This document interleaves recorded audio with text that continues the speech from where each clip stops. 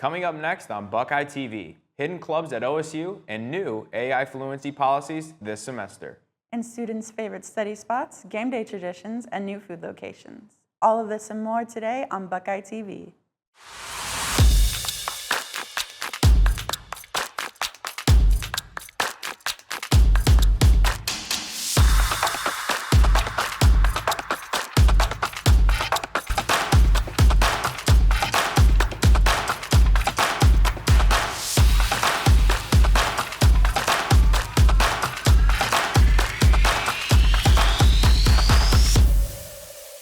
Hello, and welcome back to Buckeye TV. My name is Mason Jarrell.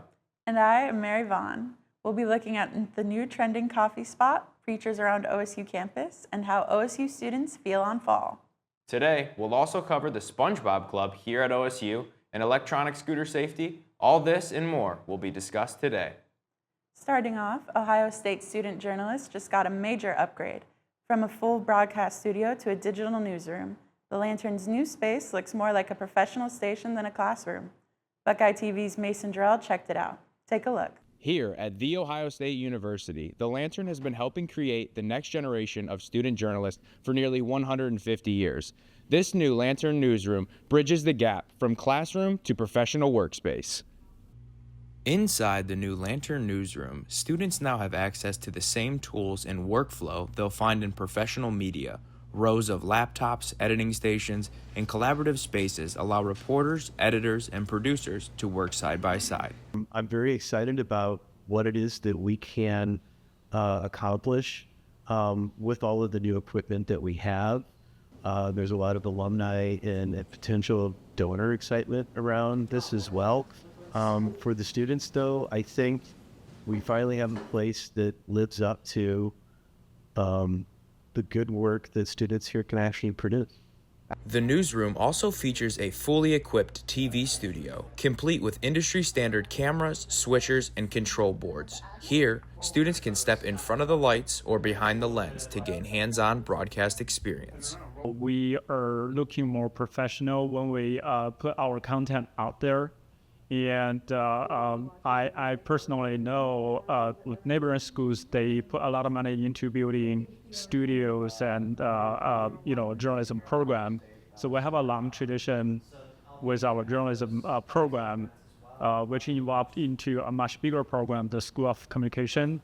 So I think we've been flying under the radar for a while. So this will bring us back to the spotlight. With the new state-of-the-art facility, Ohio State future journalists here at the Lantern have all the tools that they could ever imagine. This has been Mason Jarrell, Buckeye TV. Ever think there wasn't enough outdoor seating on campus? OSU landscape architect Aaron Rumbaugh and his team are working on giving students more furniture on campus. This first space can be seen in front of the Biomedical and Materials Engineering Complex. This initiative hopes to bring a more inviting space for students.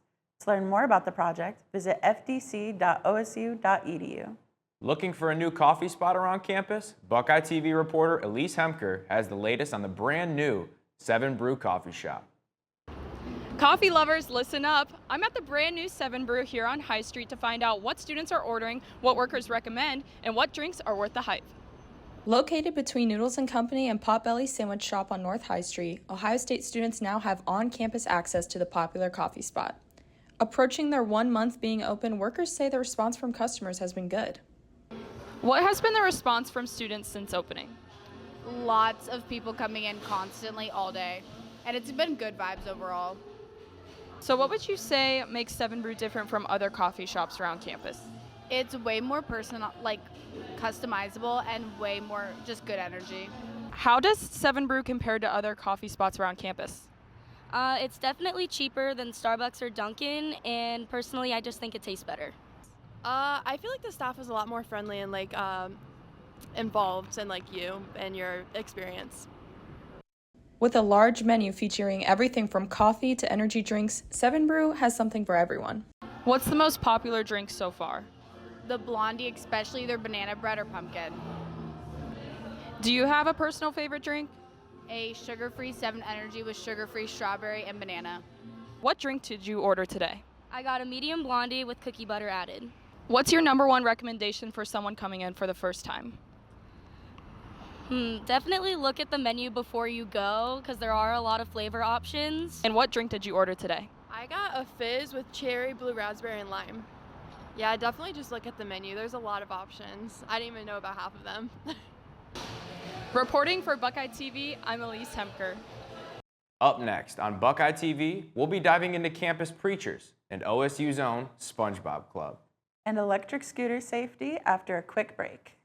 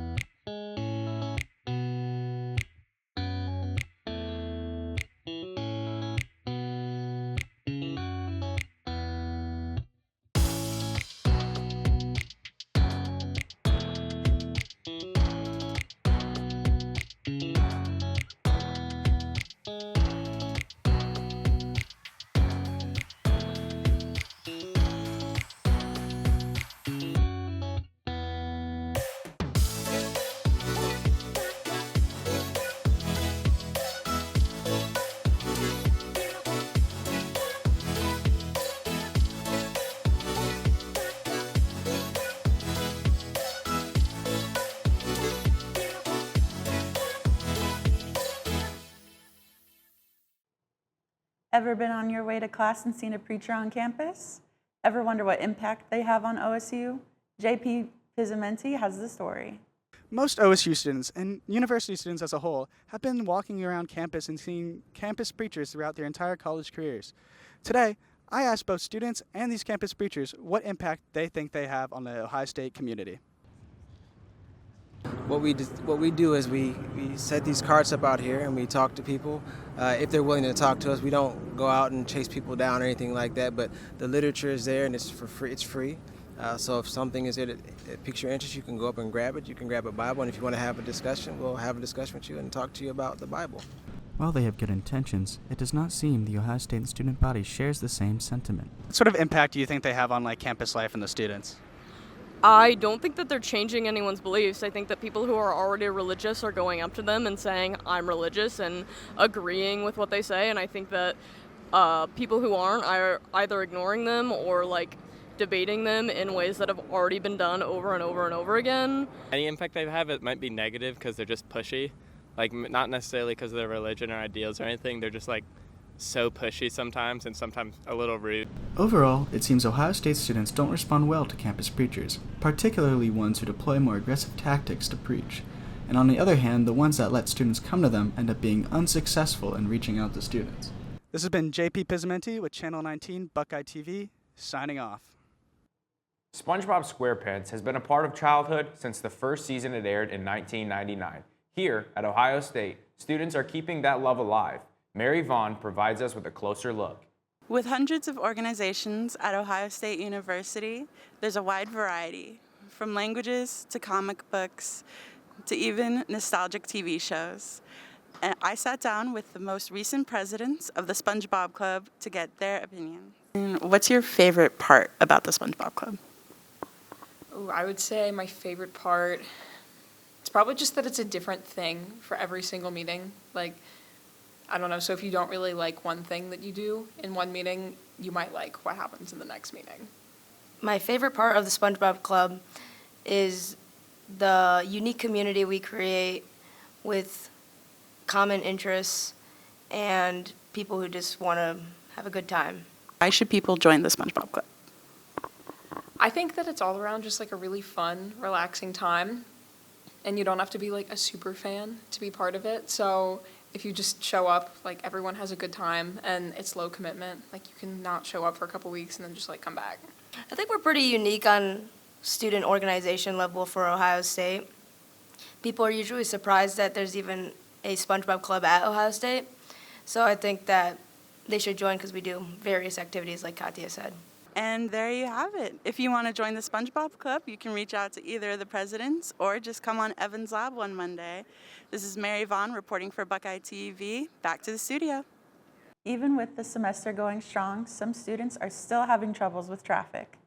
OSU students are still struggling to get to class on time with finding parking spots and cramped buses. Campus Park and Sarah Blatch are still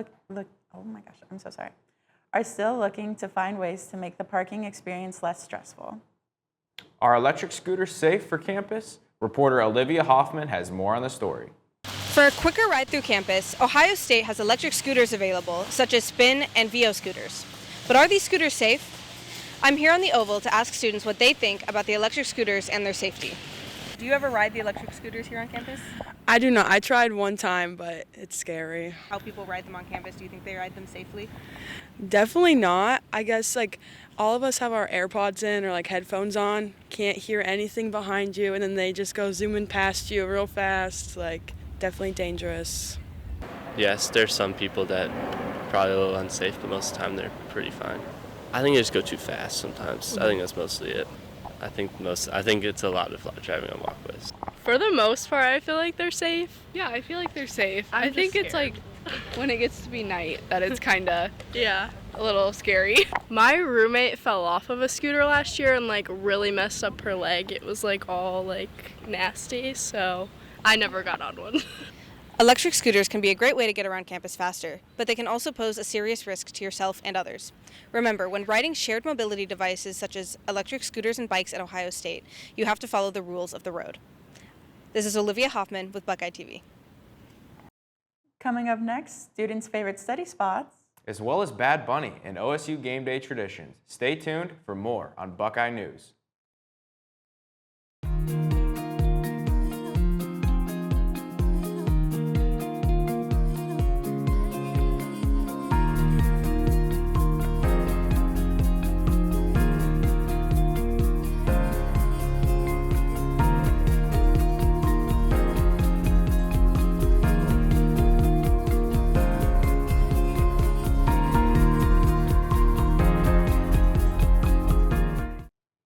With midterms around the corner, campus libraries are packed, but they're not the only place students hit the books. OSU's reporter, McLeet Casa, asked students about their favorite study spots, and some of them might surprise you. When it comes to studying, students know one size doesn't fit all. Some need total silence, others need a little background noise. I'm here near Thompson Library asking students what their favorite study spot is. My favorite study spot is Sharp Commons. It's in the basement of Derby Hall, and it's specifically for anybody in the geography department. We have swipe access to it, and it's a pretty cool spot. There's computers, whiteboards, and it's pretty fun. My favorite study spot is probably Thompson, specifically the Grand Reading Room. It's like so pretty in there, and it just makes me lock in real good. In CBEC, like the 6th floor of CBEC, that's a good one too. Well, I did just transfer from Columbus State, so I am a little new to the study spots, but so far actually today was the first day I went up to the top floor in Thompson, and I think that's definitely my favorite spot. I love the view up there. When you are looking for a study spot, what are some things that you are looking for? Something that's super quiet. I get distracted really easy, so little noise, little as possible, and just like a very cozy ambiance.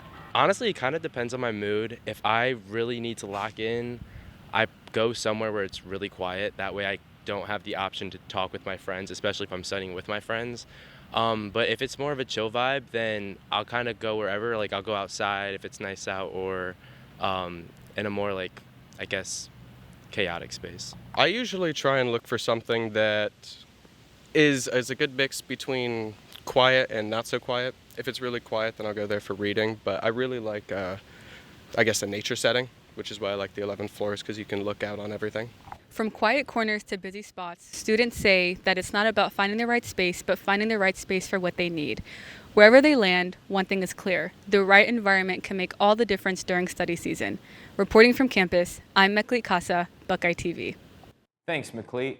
Got some great ideas there, especially studying outdoors. Might be time to switch it up from the usual library routine.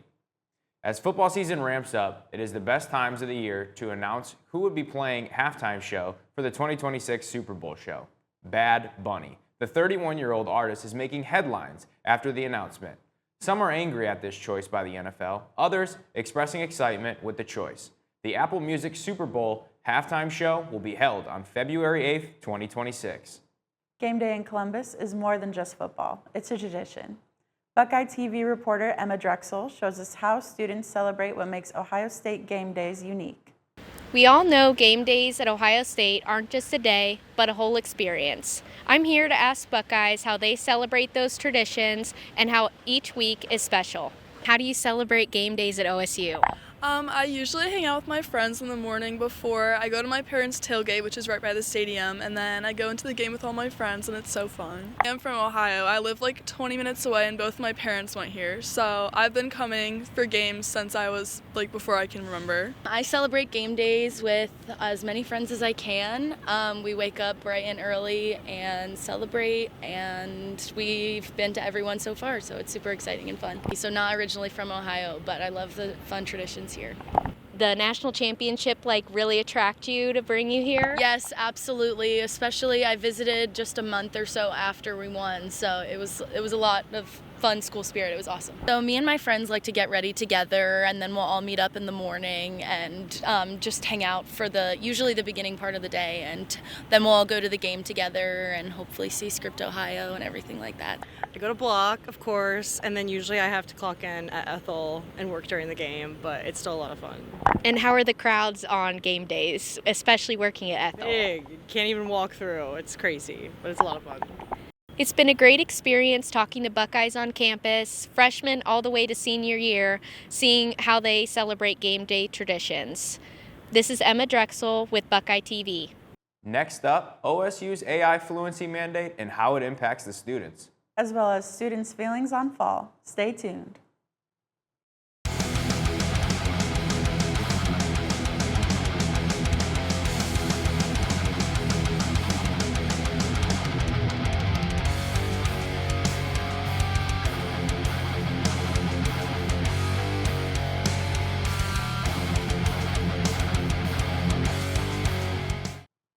AI mandate. What is it, and what does OSU students know and think about it? Yulu has more to this story. Here at Ohio State, the university is taking on its next bold initiative step, AI fluency mandate. It is now required that all students study AI. I'm here at the Oval today to see what students think about this. What do you know about OSU's AI fluency mandate? I do know that a certain class, I forget which one, might be the next one coming up, has to have AI classes, I think. I know they have to have some sort of knowledge on it. I've heard some things about it. I've gotten some emails about how that'll be required in the future to take classes learning about it, but that's really all I know. What are your thoughts on AI in general? I see AI as a resource. I do feel like at some points it should be regulated. I feel like, especially when it comes to art and stuff, AI should be way more regulated. It's definitely more something you use to help you versus using it to do your work. I like it. I use it a lot of time for physics and other classes like that to just kind of give myself practice problems, or if I don't understand something, when I get it wrong. I like to use it to make sure I understand my mistakes and just learn from them. So I do not use AI. It scares me, especially as an art major. It seems a bit of a threat in certain areas. I think there is a responsible way to use it, but I will not partake. So I'm assuming AI has not been helpful in class. No, I don't use it for anything. I know I have professors who have said it's allowed in certain areas, but even then I just don't use it. AI is here, and OSU is all for it. This mandate is still very new, so there will be a lot to watch for as it unfolds. Reporting for Buckeye TV, I'm Yulu. Have you noticed the weather radar looking weird but no rain coming? That was birds. Radar is picking up birds migrating in the dark of night as peak migration season approaches. Birdcast estimated 26,000 birds flew over Ohio on September 25th. Leaves are falling. The breeze is cooler. Fall is approaching. Let's head over to Muhammad Yusuf, who spoke with students about what they're most excited for this season. With the fall season approaching, we catch up with Ohio State students and ask them what's their favorite thing about fall. I like the weather, you got that cool breeze, you can wear long sleeves again, it's good fashion. Definitely heavy denim, I wear a lot of jeans, I wear a lot of sweaters, knit sweaters, yeah. I like wearing sweaters and drinking pumpkin spice latte.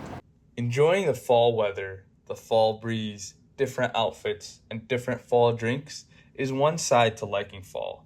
For another student, Fall and enjoying fall is all about the return of football season. Yeah, I always look forward to football season. I love the Browns. Not the best team, but I love football, so I kind of associate football and fall together. Football and fall go hand in hand, but the biggest thing about the fall season is the leaves falling to the ground. Vincent shares what he likes about the leaves and something he used to do with leaves as a kid. I also really like the leaves, really pretty, good size, just vibes. I mean, jumping in leaves, used to do when I was a kid, but right now, not really, just watch football. The fall season is here, and students at Ohio State are excited. I'm Mohammed Yusuf with Buckeye TV. That is all we have for you today. Thank you for tuning in to Buckeye TV. I'm Mary Vaughn. And I'm Mason Jarrell. We will see you next time. Have a wonderful day.